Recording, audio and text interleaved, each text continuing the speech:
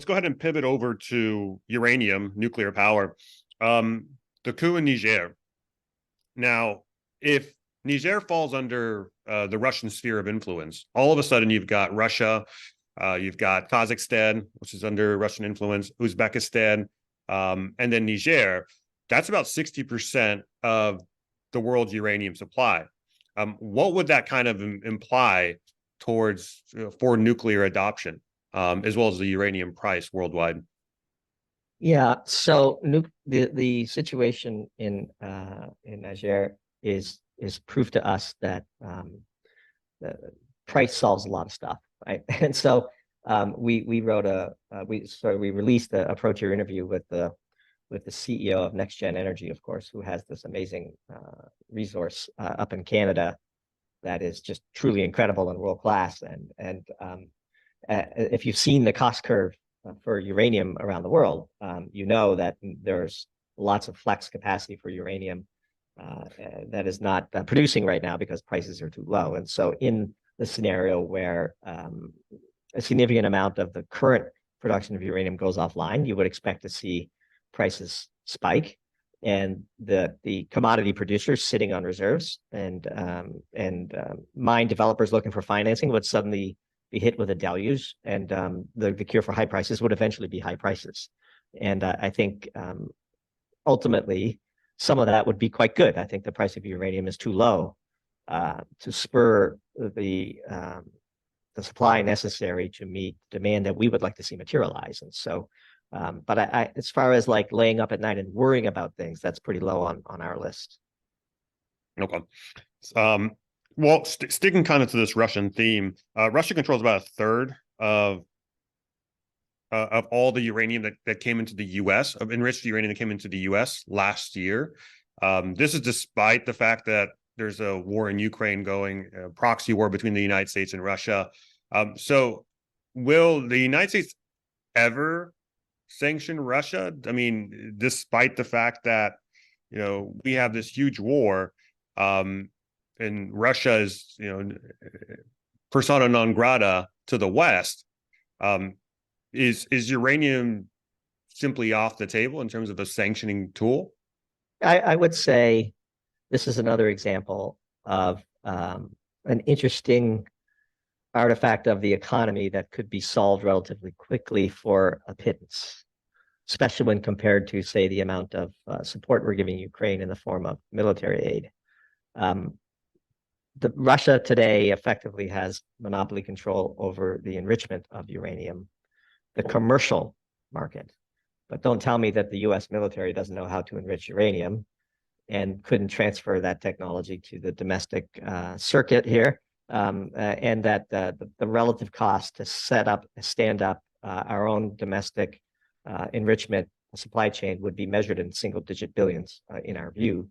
And most allocators in Washington, D.C. might not bend over to pick up single-digit billions if it were lying on the sidewalk, because they just waste so much money at such an epic pace that this, again, is a political challenge that could be pretty easily solved in the unlikely scenario that we were to sanction enriched uranium coming in from Russia, which, as you say, 2 years plus, or however long it has been since this war has gone on, we've still not sanctioned enriched uranium from Russia for obvious reasons. We need it, and we particularly need it for those SMRs and fourth generation type reactors. And so I do think we will do the things necessary to tighten up the supply chain risk that is widely known at the highest levels of the U.S. government and the U.S. military. It can't be that temporary commercial monopolization of enriched uranium by Russia is something that will take down the nuclear industry in the U.S. I just don't believe it.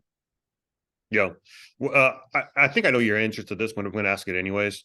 What are your thoughts on thorium? I know you're probably going to say something along the lines of nuclear fission is about 100 times more energy dense than the most energy dense hydrocarbons. So we should just be focused on building out a nuclear fission suite for our main energy source. But what do you feel? What do you think on of building out thorium reactors as a potential solution? I know China's and India are have built out a few. Yeah, but thorium is fission too, and there's nothing wrong with thorium.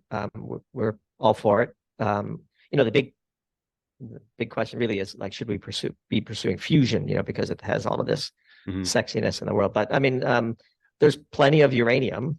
We don't need thorium. There's even more thorium.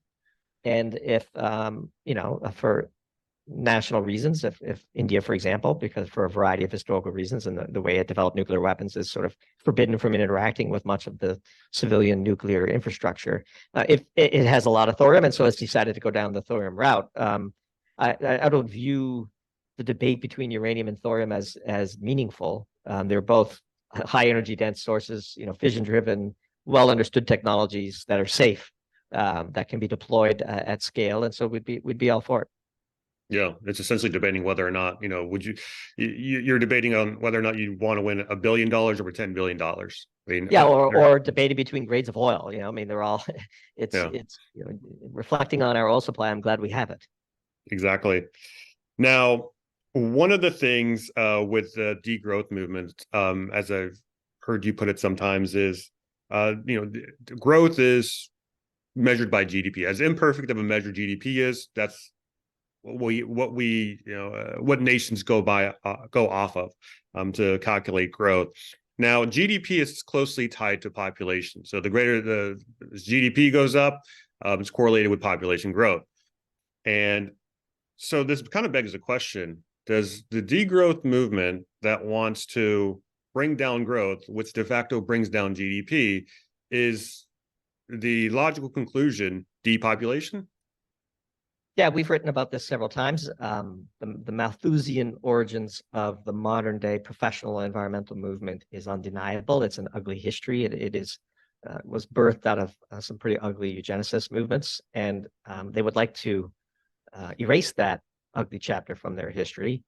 There's a disturbing racial component to it, where the population to be removed from the planet didn't look like the members of the founders of those organizations, if you know what I mean. And there were books written that were pretty overt about it, and they were, favorably reviewed in places like the New York Times. If you just go back and pull up the archives of the 60s and 70s, it's some pretty ugly stuff. It doesn't age well. Let's put it that way. We would find it quite offensive to read such things today. And so, of course, since energy is life, the absence of energy is death. And the thing that actually correlates with GDP is energy use. 99% correlated. The more energy we have, the bigger the economy. And the degrowth movement, which is becoming more and more pronounced and overt, especially in Europe. They had a whole conference that we covered in one of our pieces in the European Parliament itself, covering degrowth and how we'll all need to make do with less. And the people won't make do with less. This is the ultimate challenge, of course, which is, on the path from abundance to starvation is riot, and the people will riot either physically or politically, which we're beginning to see in Germany.